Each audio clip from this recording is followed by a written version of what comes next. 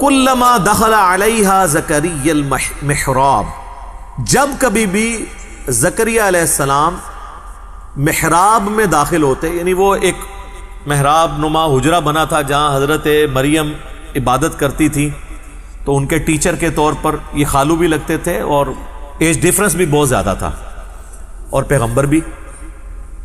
جب کبھی وہ داخل ہوتے محراب میں، وجد عندها رزقا، تو وہاں پہ وہ رزق پاتے۔ اللہ اکبر۔ وہ رزق ایک غیر معمولی رزق، یہ نہیں کہ کوئی آ کے نذرانہ چڑھا کے چلا جاتا تھا، ورنہ تو زکریا کو پتا ہوتا کہ یار یہ تو فلاں دے گیا ہے۔ بے موسمی پھل بھی ہوتے، موسم والے بھی، بڑے زبردست قسم کا فروٹ جو لگتا نہیں تھا کہ وہ قریب سے آ سکتا ہے۔ تو حضرت زکریا علیہ السلام نے ان سے پوچھا، قال یا مریم انا لکی ھذا، اے مریم یہ کہاں سے تیرے لیے یہ اتنا فروٹ آ جاتا ہے، ایسا رزق آ جاتا ہے؟ آپ ذرا پیری مریدی کے رشتے میں ذرا دیکھیں اس کو۔ پیر ہیں حضرت زکریا، اور دنیا کے بنائے ہوئے پیر نہیں، اللہ کے بنائے ہوئے پیغمبر، اور شاگرد بھی کوئی عام نہیں ہے، سیدہ مریم ہے۔ اور پیر اپنے مرید سے، مریدنی سے، یا اپنے سٹوڈنٹ سے پوچھ رہا ہے کہ یہ تیرے اوپر جو اتنا فضل و کرم ہے، خاص بے موسمی پھل ہیں، یہ کہاں سے آ گئے؟ آپ کے پاکستان کے مرید ہوتے تو کہتے حضور تہاڈی نگاہ مرشد ہے۔ ہاں، کیونکہ یہ تصوف کی لائن میں اللہ کا نام یوز ہوتا ہے، باقی فنا فی شیخ میں ہی ختم ہو جاتا ہے بندہ، فنا فی اللہ تک نہیں پہنچتا۔ قرآن میں تو فنا فی شیخ کا کوئی تعلق ہی نہیں قرآن کے ساتھ۔ قرآن میں رسول کی یا خلیفہ کی بیعت ہے، اور وہ بھی مشروط ہے اللہ کے ساتھ۔ رسول اللہ نے بھی بیعت لی نا حدیبیہ کے موقع پر، تو سورہ فتح میں آیا کہ اے نبی یہ جو تم سے بیعت تم لے رہے ہو نا جن کی، ان کے ہاتھوں پہ اللہ کا ہاتھ ہے۔ اور سورہ توبہ میں اللہ نے فرمایا کہ اللہ نے مومنین کی جانیں اور مال جنت کے بدلے میں خرید لی ہیں، ایسی بیعت پر خوشیاں مناؤ۔ بیعت کہتے ہیں بیچنے کو، بائے لفظ استعمال ہوتا ہے۔ انسان کسی انسان کے آگے اپنے آپ کو نہیں بیچ سکتا، صرف اللہ ہی ہے جس کے سامنے آپ بیچ سکتے ہیں۔ پیغمبر بھی آن دا بہاف آف گاڈ آپ سے بیعت لیتا ہے۔ یہاں تو کہتے ہیں نہیں، پہلے فنا فی شیخ ہوتا ہے، پھر فنا فی رسول ہوتا ہے، پھر یہ ہوتا ہے، فلاں یہ ہوتا ہے، پھر کرتے کرتے کدھر تک لے جاتے ہیں، وہ فنا فی شیخ میں ہی مر جاتے ہیں۔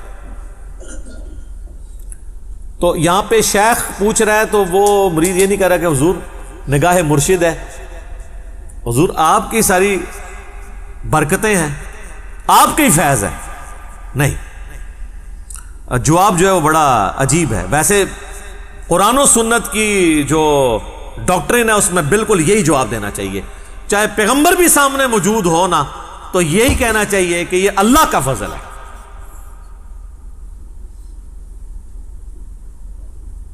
قالت ہوا من عند اللہ، وہ کہنے لگی اللہ کی طرف سے۔ اللہ اکبر۔ ان اللہ یرزق من یشاء بغیر حساب، بے شک اللہ جسے چاہتا ہے بغیر حساب و کتاب کے رزق عطا فرما دیتا ہے۔ اب یہاں تو ہونا چاہیے تھا بھی تجھے بات کرنے کی تمیز نہیں ہے، میں نہیں اللہ کو مانتا، تو مجھے بتا رہی ہے کہ اللہ کی طرف سے، اللہ کی طرف ہی آتا ہے سارا کچھ، اللہ ہی کرتا ہے، پر کوئی ساڈا بھی وچ نظر ہے نا، فیض ہے نا، ساڈے ہی صدقے تسی کھا رہے ہو نا، صدقے صدقے سب انڈیا پاکستان بنگلہ دیش دی بیماریاں نے۔ قرآن میں یہ چیز نہیں ہے، قرآن بالکل واضح ہے اپنے عقائد اور نظریات کے اندر۔ اور نبی علیہ السلام کی اگر زندگی آپ دیکھیں تو وہ تو آپ کو اس معاملے میں بہت سینسٹیوٹی کا لیول نظر آئے گا۔ صحیح مسلم میں حدیث ہے، کتاب الجمعہ چیپٹر میں، جمعے والے چیپٹر میں، نبی علیہ السلام کے سامنے ایک صحابی نے خطبہ دیتے ہوئے کہا، من یطع اللہ ورسولہ فقد رشد، جو کوئی اللہ اور اس کے رسول کی اطاعت کرے وہ کامیاب ہو گیا، ومن یعصہما فقد غوی، اور جس نے ان دونوں کی نافرمانی کی وہ گمراہ ہو گیا۔ میرے بھائیو، اس جملے میں نہ تو کوئی لٹریچر کی خرابی ہے، نہ یہ آؤٹ آف کانٹیکسٹ ہے، کیونکہ بات اس سے سٹارٹ ہوئی ہے جو اللہ اور اس کے رسول کی اطاعت کرے وہ کامیاب ہو گیا، جو ان دونوں کی نافرمانی کرے وہ ناکام ہو گیا۔ کوئی خرابی اس میں نہیں ہے لٹریچر کی۔ لیکن نبی علیہ السلام کو اتنا غصہ آیا، آپ فرمایا بئس الخطیب وانت، کتنا برا خطیب ہے تو. اور پھر آپ نے یعنی اس کو ایک تو غصہ نکالا، وَإِنَّكَ لَعَلَىٰ خُلُقٍ عَظِيمٍ، لیکن امام الموحدین بھی ہیں. یہ ڈانٹا ہے تو ڈانٹا ہے، اس کے باوجود اتنا لوگ جو ہے شرک کی طرف جا رہے ہیں. نہ ڈانٹا ہوتا تو کیا کر رہے ہوتے؟ آپ فرمایا تم کہو مَن يَعْصِ اللَّهَ وَرَسُولَهُ فَقَدْ غَوَىٰ، جو اللہ اور اس کے رسول کی نافرمانی کرے وہ گمراہ ہوا. تم نے یہ کیوں کہا کہ ان دونوں کی کرے؟ وہ آگے سے کہہ سکتا تھا یا رسول اللہ میں نے کوئی آپ کو اللہ مان کے تو نہیں کیا، میں آپ کو اللہ کا بندہ ہی سمجھتا ہوں، آپ کو میں غیر مستقل بذات سمجھتا ہوں. عطائی ہے وہی کہانیاں جو تمہیں کرائی جاتی ہیں، جو اسی بھی کرا دے رہے ہیں اپنے کسی زمانے میں. اس زمانے میں یہ کہانیاں نہیں تھی. آپ نے کیٹاگوریکلی فرمایا کہ تو کہہ اللہ اور اس کے رسول کی نافرمانی، یہ نہ کہ ان دونوں کی. حالانکہ وہ کوئی غلط نہیں تھا، پہلے وہ کہہ چکا تھا اللہ اور اس کا رسول. سٹارٹ سے ہی دونوں کہتا پھر تو غلط ہوتا، لیکن نبی الاسلام نے احتیاط کا یہ پہلو رکھا. اور ابو داؤد میں اس کا ایک طریقہ ہے، اس میں آگے الفاظ ہیں. آپ نے فرمایا قم اذهب، اٹھ اور ادھر سے نکل. اتنا غصہ. حالانکہ آپ کے اخلاقیات اس چیز کے متقاضی تھے کہ آپ اس طریقے سے ایٹیچیوڈ نہ کرتے، لیکن توحید کا مسئلہ سینسٹیو ہے. آپ ذرا سے بھی ڈھیلے پڑتے نا امت نے کام چک کے رکھنا سی. ہوں اتنا چکے ہے. صحیح بخاری میں حدیث ہے، دیکھنا میری شان کو اس طرح بلند نہ کرنا جس طرح نصارہ نے عیسیٰ ابن مریم کو بڑھا کے ڈیونٹی میں کلیم کر دیا. پھر بھی قوم باز نہیں آتی. کیا زمین و آسمان کی کلابیں ملاتی ہے. میں مفتی منیب الرحمان صاحب کے پاس بیٹھا ہوا تھا، 22 مارچ 2007 کی بات ہے، آلموسٹ 13 سال پہلے. تو مجھ سے فرمانے لگے کہ میں تو نعت خانوں کی مجلس میں جانا اب چھوڑ گیا ہوں، یہ شرکیاں نعتیں پڑھتے ہیں. میں حیران ہو گیا جی، مفتی منیب صاحب کہہ رہے ہیں شرکیاں پڑھتے ہیں. وہ کیڑا اتنا وڈا شرک ہے، ایڈا موٹا گاڑا شرک جڑا مفتی صاحب کو نظر آ رہا ہے. تو کہتے ہیں یہ دیکھو نا، یہ پڑھتے ہیں خدا کا پکڑا چھڑائے محمد، محمد کا پکڑا چھڑا کوئی نہیں سکتا. تو ان کو شرم نہیں آتی ہے؟ یہ شان الوہیت اور شان رسالت کا مقابلہ کرواتے ہیں. الفاظ دیکھیں. یہ کیا رسول اللہ یہ بات سن سکتے ہیں کہ خدا کا پکڑا چھڑائے محمد، محمد کا پکڑا چھڑا کوئی نہیں سکتا؟ سر پکڑتا بھی خدا ہے، چھڑاتا بھی خدا ہے. ذریعہ کسی کو بناتا ہے اور اس کو بھی اذن دیتا ہے اپنی اجازت سے. اسی لیے قرآن میں بار بار ہے شفاعت بھی اللہ کی ہے. من ذا الذی یشفع عندہ الا باذنہ، دھونس نہیں ہے، بالاذن ہے. تو یہ اس طرح کے جملے بولنا، پھر اس کو کہنا دیکھیں نا جی وہ قیامت دن لوگ پکڑے جائیں گے تو حضور چھڑوا لیں گے. سر وہ یہ آپ نبی علیہ السلام کے سامنے ذرا بات کر کے دیکھیں، نبی علیہ السلام کیا دھونس سے چھڑوائیں گے؟ اس طرح کے جملے بولنا. یہاں دیکھ لیں نبی علیہ السلام نے اس کو یہ بھی نہیں کہنے دیا کہ جس نے ان دونوں کی نافرمانی کی. اس کو کہتے ہیں مزاج رسول صلی اللہ علیہ وسلم. اس سے بھی اگلا ورژن لے لیں. مسند امام احمد میں حدیث ہے، نبی علیہ السلام سے ایک صحابی نے عرض کی یا رسول اللہ ما شاء اللہ و شئت، اے اللہ کے رسول جو اللہ چاہے اور جو آپ چاہیں.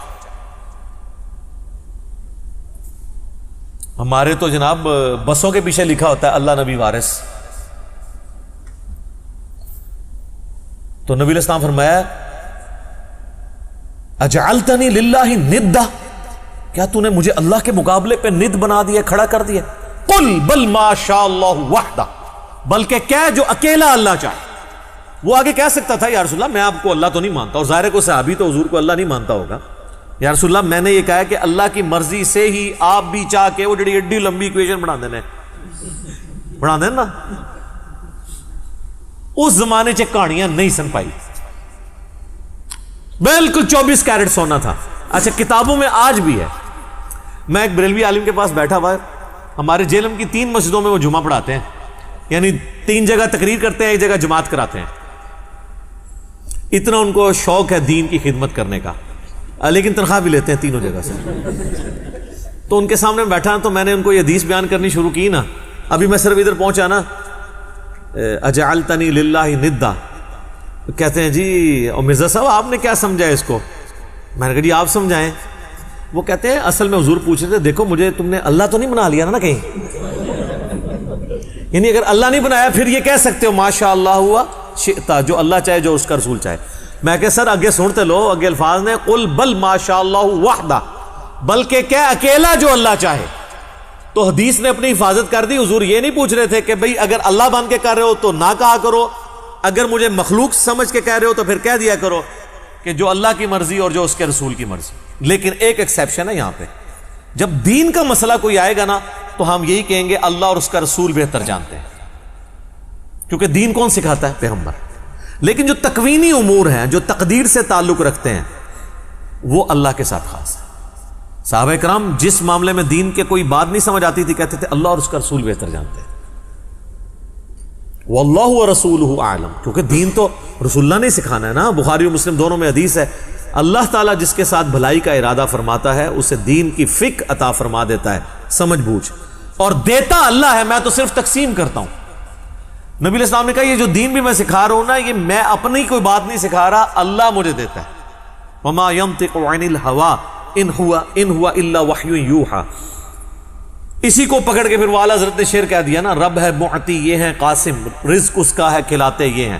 وہ کہتے ہیں یہ رزق بھی رسول اللہ ہی تقسیم کر رہے ہیں, حالانکہ اس میں علم دین کی بات ہوئی تھی, آدھی بات پکڑ لی. اور وہ آپ دیکھیں حدیث بھی آدھی لکھی ہوتی ہے, واللہ معطی وانا قاسم, پیچھے بھی کچھ الفاظ نے,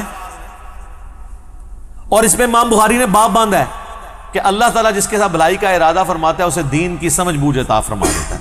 یہ دین کے معاملے میں ہے, باقی معاملات میں آپ یہ نہیں کہہ سکتے جو اللہ چاہے اور جو اس کا رسول چاہے, نہیں, جو اللہ چاہے. اس لیے دیکھیں ہماری ٹریڈیشن میں بھی اللہ کا شکر ہے یہی چیزیں ہیں.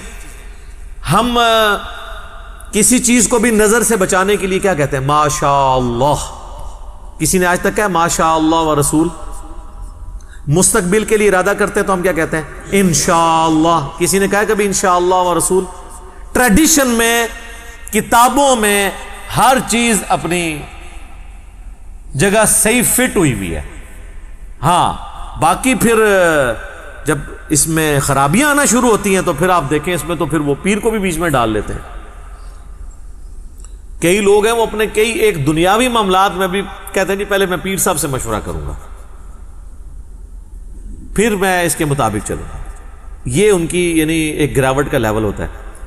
تو یہ حضرت سیدہ مریم نے امت کو عقیدہ دے دیا ہے, اپنی ماننے والوں کو بھی اور ہمیں بھی, ہم بھی ان کے ماننے والے ہیں کہ آپ نے یہی کہنا ہے کہ اللہ جسے چاہتا ہے بغیر حساب و کتاب کے رزق دیتا ہے.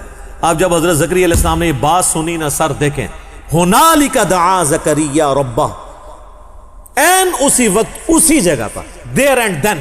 ہنالک عربی میں استعمال ہوتا ہے اسی وقت اسی جگہ پر دعا کر دی انہوں نے.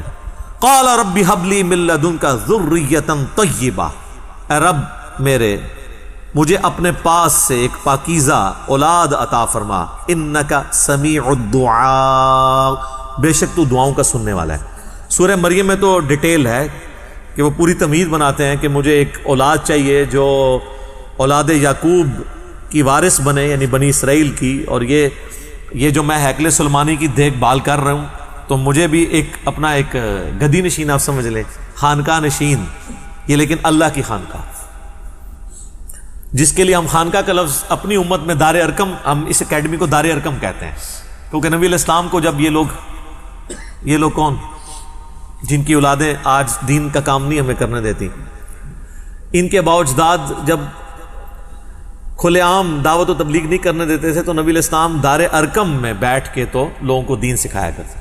تو اللہ تعالیٰ سے انہوں نے جب دعا کی تو پھر اللہ تعالیٰ کی طرف سے آواز دی گئی, فنادتہ الملائکۃ وہو قائم یصلی فی المحراب. نماز پڑھ رہے تھے حضرت زکریا علیہ السلام محراب میں کھڑے ہو کر, تو فرشتے کی طرف سے ندا آئی کہ دعا قبول ہوئی ہے اور اس کے اوپر بشارت آ رہی ہے. اچھا یہ دعا بھی یاد رکھیں, جس کے ہاں اولاد نہیں اور خصوصاً اولاد نرینہ نہیں ہے تو یہ دعا بڑی کارگر ہے. اور دوسرا یہ کہ بالکل مایوسی کے آخری لیول پہ بھی پہنچے ہوں تو اللہ تعالیٰ کے ساتھ دعا والا معاملہ کبھی بھی نہیں توڑنا چاہیے. اور حضرت زکریا علیہ السلام کو یہ بات کلک کر گئی کہ وہ اللہ جو بغیر موسمی پھل مریم کو دے سکتا ہے تو مجھے اس بڑھاپے کے اندر اولاد بھی دے سکتا ہے. یہ انہوں نے اجتہاد کیا. اس طرح کا اجتہاد کیا کریں, بالکل الٹ اجتہاد نہ کر لیں. ان اللہ یبشرک بیحییٰ مصدقا بکلمۃ من اللہ, بے شک اللہ تعالیٰ آپ کو خوشخبری دیتا ہے ایک بچے کی جس کا نام یحییٰ ہوگا. اور سورہ مریم میں آتا ہے اس نام کا پہلے کوئی بچہ نہیں تھا, اللہ نے خود نام رکھ دیا. تصدیق کرنے والا ایک اللہ کے خاص کلمے کی. ابھی حضرت زکریا کو بھی نہیں پتا کہ یہ کلمہ کون ہوگا, عیسیٰ ابن مریم, کیونکہ وہ تو پیدا نہیں ہوئے. تو کہا کہ تیرا وہ بچہ پیدا ہونے والا ہے جو اپنے وقت کے سب سے عظیم الشان انسان اور انسانی تاریخ میں ایک بہت بڑے پیغمبر کی تصدیق کرنے والا پیغمبر ہوگا, حضرت عیسیٰ علیہ السلام کی. من اللہ, اللہ کی طرف سے جو کلمہ ہوگا. وَسَيِّدًا وَحَصُورًا وَنَبِيًّا مِّنَ الصَّالِحِينَ, اور وہ سردار ہوگا اور عورتوں سے ہمیشہ بچنے والا اور انبیاء میں سے اور صالحین میں سے ہوگا. ساری کوالٹیز اللہ تعالیٰ نے گنوا دی ہیں. عورتوں سے بچنے والا, بعض لوگ اس کو یہ سمجھے کہ شاید وہ کوئی نعوذ باللہ ان میں کوئی مردانہ صفات نہیں تھی. ایسا نہیں ہے, یعنی ان کی ایک کوالٹی تھی کہ وہ دنیا سے بہت زہد کی زندگی تھی ان کی. یقین کریں حضرت زکریا علیہ السلام کے اس بیٹے یحییٰ بن زکریا کے اگر آپ واقعات پڑھیں تو انسان پریشان ہو جاتا ہے کہ اتنی چھوٹی عمر میں ان کو اللہ نے کیا دنائی, کیا زہد دیا تھا.